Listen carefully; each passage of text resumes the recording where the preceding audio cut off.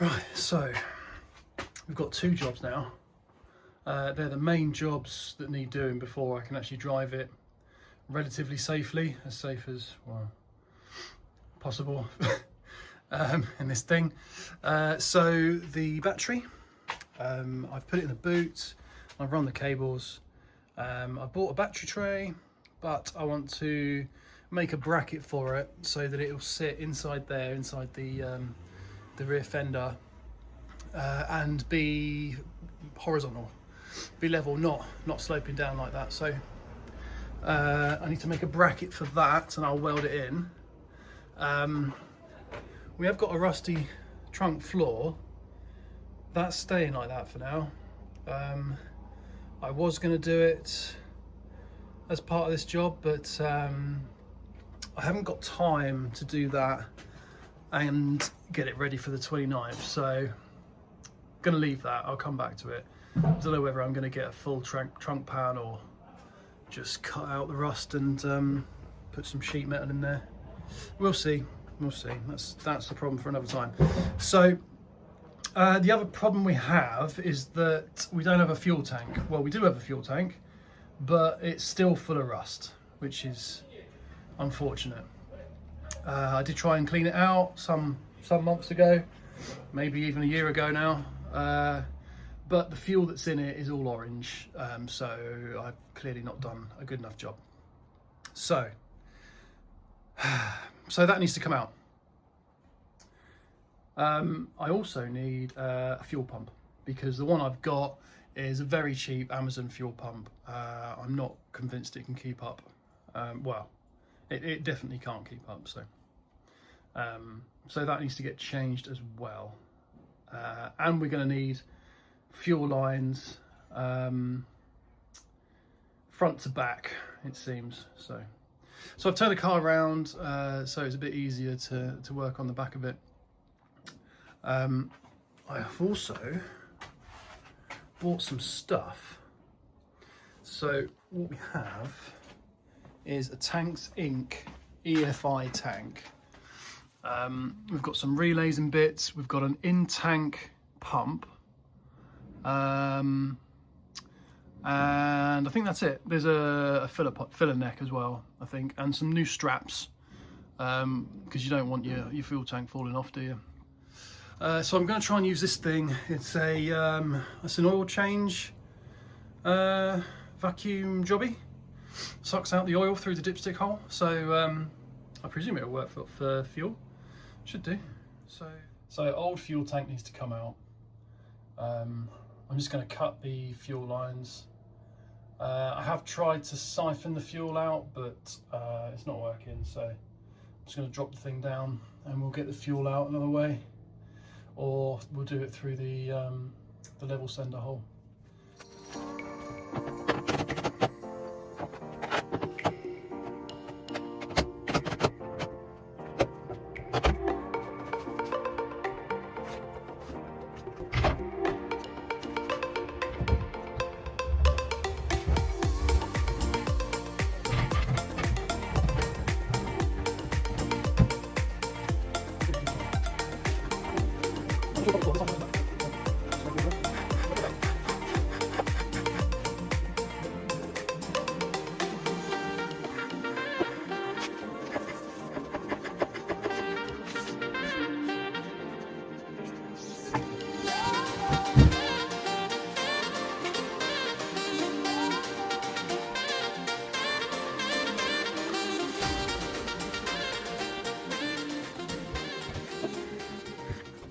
Well, that actually worked pretty well. Have a look at the state of that. Yuck. Anyway, the fuel tank I've left out for the metal fairies. See if they come during the night. So I need to put this somewhere safe now so I don't set fire to it. The fuel tank we're using is a Tanks Inc. EFI tank. I've bought an EFI fuel pump for it and a regulator to calm pressure down. Obviously there's a big difference between the PSI you need for fuel injection and carburetors. Now I've been told that that's actually not okay. which is a bit of a problem. But I guess we'll see. I'm going to crack on and see if the man that sold me the tank is right or the random person on Facebook. So we'll see. So the pump is a 500 litres per minute pump, which is quite hefty. You have to size the pump for the BHP that you want, or that you plan to have. So I've spec'd this for about 500 BHP, 600 BHP, which is more than, I mean, it's way more, it's about double what it's running now, but that's what we're shooting for in the end, about 500. More on that, probably not soon, but later. So we've also got the fuel level sender. It's very much a DIY kit. I was kind of expecting it to be a bit more plug and play, but that's okay. So the sender, we have to remove one of these because the tank's not deep enough, or the sender's too long for the tank. We've got to put the fuel pump together and shorten those as well. No great drama. And there is a vent for it, which is this funky looking guy. Looks pretty good. So I think that goes on top of here, and I just need to mount it somewhere. So that's basically allows air to come in. This car originally had a canister for that, but we're not using that. It comes with some nice new straps. They all seem very good. There's no rubber on the inside, so I might add some. Not sure. I think the original ones had rubber on them. Anyway, different problem. So what I'm going to do is whack all this together. There's some reading to do, some RTFM. So I'll do that, and I'll show you what they look like before I bolt them in. I don't know whether I'm supposed to use sealant on here. Probably not, because they're cork gaskets. I did buy some Hylamar for it, but don't have to use it. See if it leaks on me. So out of here, we're going to run some fuel lines. These are MPT threads, but I'm going to convert them to AN lines and then run AN all the way along. I don't have a filter yet. It's going to be an inline filter, and I'm going to mount it somewhere at the back, most likely. That should be here in the next couple of days. I've got 2 weeks now until the car show, and I'm away next weekend, so might be a bit tight. Not sure if I'm going to make it, but we'll see. In other news, looking at the battery tray, I was going to make quite a convoluted. Well, let's show you where it's going. So it's going to go like that, or something similar. I was going to make a very convoluted bracket, like wedge-shaped jobby to go under there. But then I realised, well, hang on a minute, I've just got some box section that will fit right in. So we're going to weld that up. I've run out of gas, so I need to get some more gas. So that's going to get welded together, and I'll put some brackets on it so that it can be bolted in and taken out if I want to. I was thinking about welding it in. There's not really any benefit to that, so I'm not going to bother. Now, there's the brackets. Just move them over there. Now, at some point in the future, we need a trunk pan, or rather, we need to fix the holes in the trunk, because I've put marks around them where the bits that need replacing. I'm quite happy. I've had a go with the grinder, and I'm quite happy that all this is pretty solid. It's all just surface rust, which is pretty impressive, really, seeing as it must have just filled with water and then until it rusted through. But yeah, interesting. So I think what I'm going to do is, like I said before, and just cut sort of the middle out and replace it. The only issue with that is that we've got these jobbies for the the tank straps under there, so I'll have to rescue them. But I don't think that's going to be a massive problem. So anyway, back to the job at hand. Just thought I'd mention that. Right, well that's the level sender and the pump assembled. Got a few bits left over. This thing turned out pretty small in the end, I guess because the tank is actually not that tall. It's very wide. The pump altogether, wires going up through these little jobbies I've not seen before, so that's interesting. The instructions do actually mention some sealant, so I will use the blue Hylamar. I don't want it leaking.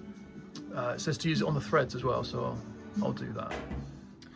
So this is the Hylamar blue. It's used for, well, you can use it for all sorts of stuff, but it's fuel safe. It doesn't get washed away with fuel. So what I'm going to do is I'm going to put a little smear around here and then another one on the top of the gasket, and then I'm going to fit these guys. It's a bit difficult to hold the camera and show you that, so I'll just get on with it. I'm going to put a little bit of Hylamar in the threads as well, or possibly on the screws instead, actually. We'll see. But so I'll put that together and catch up with you after. So I started doing some wiring. I was going to loom these up, have a plug on like this, and then have the rest of it just go into the loom. But I think I'm going to do away with the plug. I bought these weatherproof jobbies ages ago. Unfortunately, I'm struggling to actually make them work. Some of the cables just pull out, which is rubbish. Some of them are alright, but anyway, pain in the arse. I think rather than having something that could potentially fail on the fuel pump, I'll just wire it direct. Right, that'll do it for the minute. That's going to go through the trunk floor, boot floor, and then I'll probably just hardwire it. I don't think I'm going to bother putting any plugs on. We have a wiring diagram of sorts. The gauge is all very simple, just needs an earth and the existing wire back to the gauge, and that should be fine. The resistance on the sender seemed good, so all good. The pump itself obviously needs an earth, and then we've got a relay which is going to get a feed from the yellow wire that comes from the fuse box, and obviously there's a breaker and battery and things. However, at the front of the car we're going to have the pressure switch, and what I'm going to need to do is tap into this yellow wire that comes from the fuse box currently, doesn't in this diagram, to add this pressure switch. And so the pressure switch cuts the power, or really it cuts the power to the relay, which cuts the power to the fuel pump if there's less than 5 psi, I think it is. So that's going to go on the regulator. So the output of the regulator, if that goes below 5, then shuts off the pump.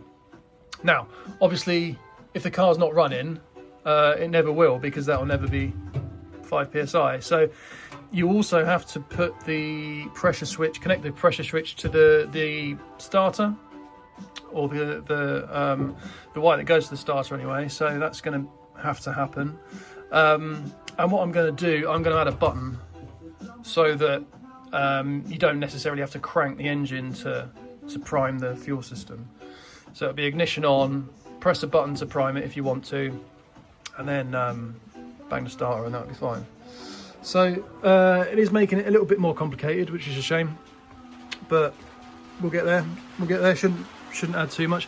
What will add a lot of time is the fact that the weather has turned on me quite considerably.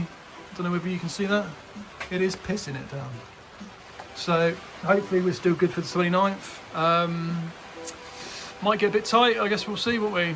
But so for now, that's going to go on the floor, and we're going to look at the battery tray. Right. So all that's going to happen to this is that's going to get welded on there. I'm going to bend it a bit and then weld the front, and then we're going to have these two tabs, one on the front, one on the back, and that'll be that, and we'll just screw it in. Happy days. That's what we ended up with. Took me a minute to remember how to weld. Not the best, but it's a battery tray. It'll be absolutely fine. So I've got some caps coming for the box section. Gave it a splash of paint. No one's going to see it with a battery on it anyway. So I need to drill some holes for bolting it in, and then that's done. All right, battery tray in and wired up. The caps haven't come yet, but they should come today. So around the back of there, we've got some wiring for the fuel pump. I've still got a spare wire here that I don't need for the minute. We've got a relay and we've got a breaker. The relay is controlled by the ignition and the pressure switch that's going to be in the engine bay or attached to the regulator.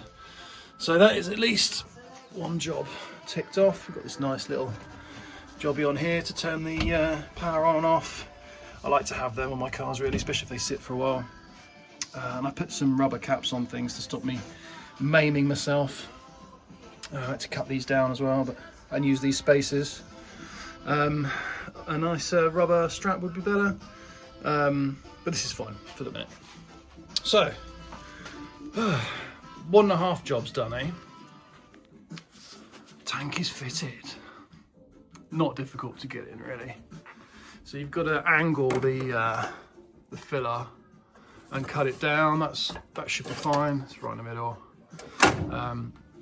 I've got some wiring to do, which won't be too difficult. I'm going to earth the sender and the pump inside the boot rather than underneath the car. Well, I think it's better. I don't want corrosion really, if I can avoid it. So the instructions for the pump or the tank, I forget which, actually say to cut an access hole, which I wasn't going to do, but this trunk floor is knackered anyway, so why not? So we have a little hole. It's not quite in the right place. I might make it a bit bigger, but what I need to get to is these to attach the lines. So that's fine actually for the moment. So I'm going to get on with this wiring. I've used the old hole that had a bung in it. That was for the level sender. So I'm reusing that, and I put a new bung on it. There's a nice little cable tied inside the filler neck, so that's all good. Almost factory, eh?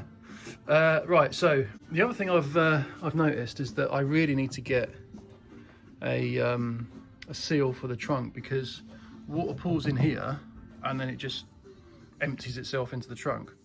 That might be because it's on stands and pointing nose down, but I prefer if it didn't do that. So I need a trunk seal. Problem is they're expensive from America. I think I do have to buy all the seals, so maybe I'll just do all that in one go.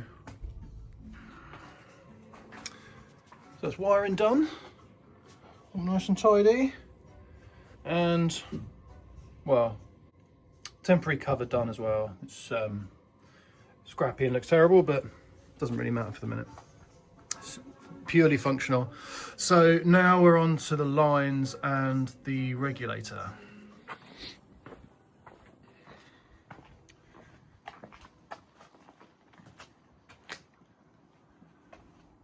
So we've got the regulator attached to the firewall, and I've wired it. So we've got 3 wires on here. One on the right there is just goes to the ignition. This one goes to the pump.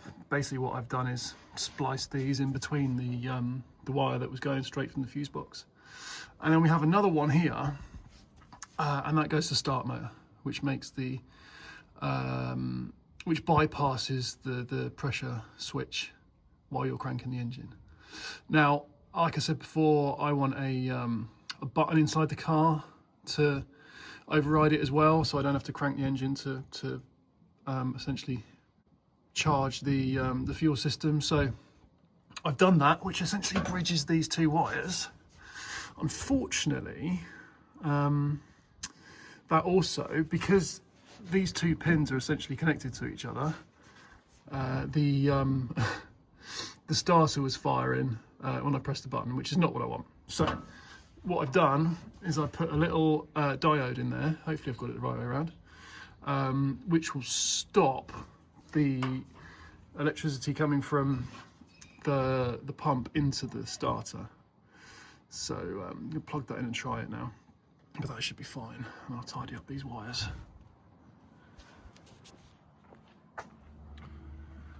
Right, that is done. It would be nice if there was a plug for that, but there's not as far as I can find, so it's gonna have to look like that for the minute. I might continue up here with the wrap. Once everything's going, I don't need the labels. The other thing I need to do is turn this around, because the fuel hose is going to come from here, and go around the back into this. So this needs to be the other way around. Feels like we're getting closer. So my fuel lines have arrived. They're from HEL. They're AN8 lines, front to back, and also the return. We've got some adapters and some little separator jobbies as well. This is not the cheapest way of doing it.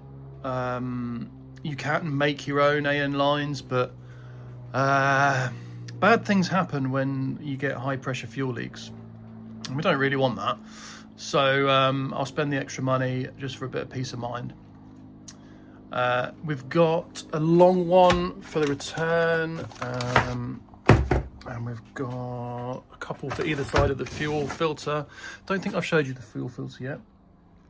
That is this guy. I have read that these aren't brilliant, but I think it'll be okay for the moment anyway.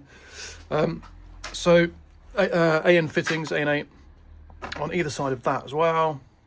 And I need to change the fittings on the regulator.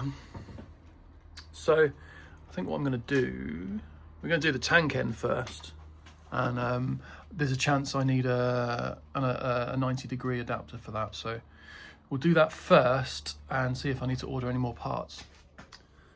I'll run in the fuel lines.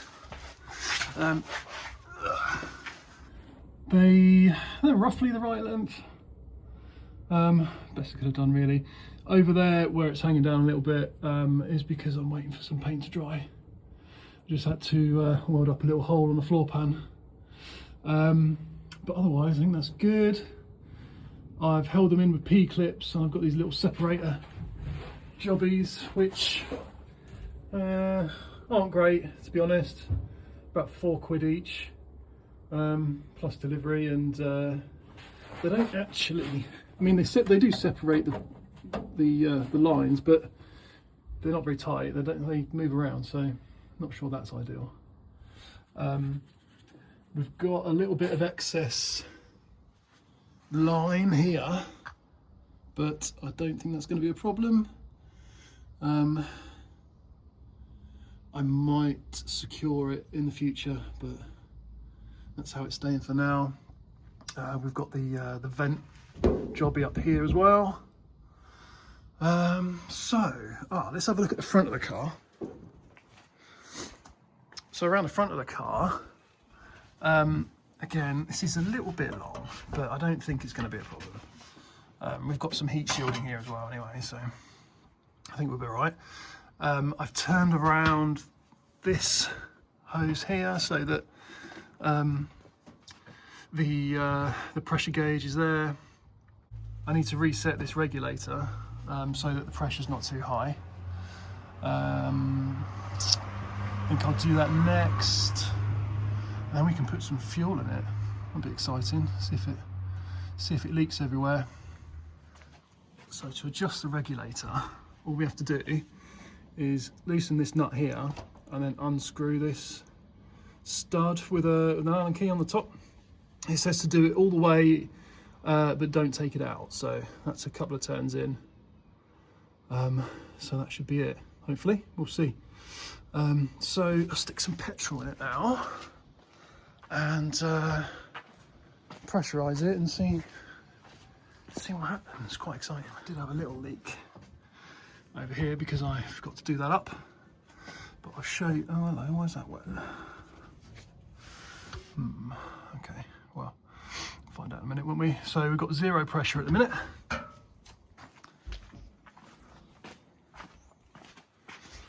If we turn the ignition on, nothing will happen because there's no pressure. But if I press my little button, it pressurizes.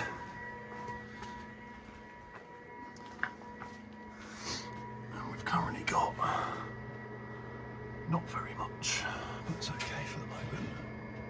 So we've got no leaks over here. Got no leaks over here. Happy days.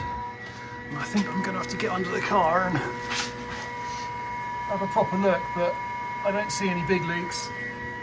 So I'll do that first before I up the pressure. Well, that looks fine, so let's up the pressure a little bit.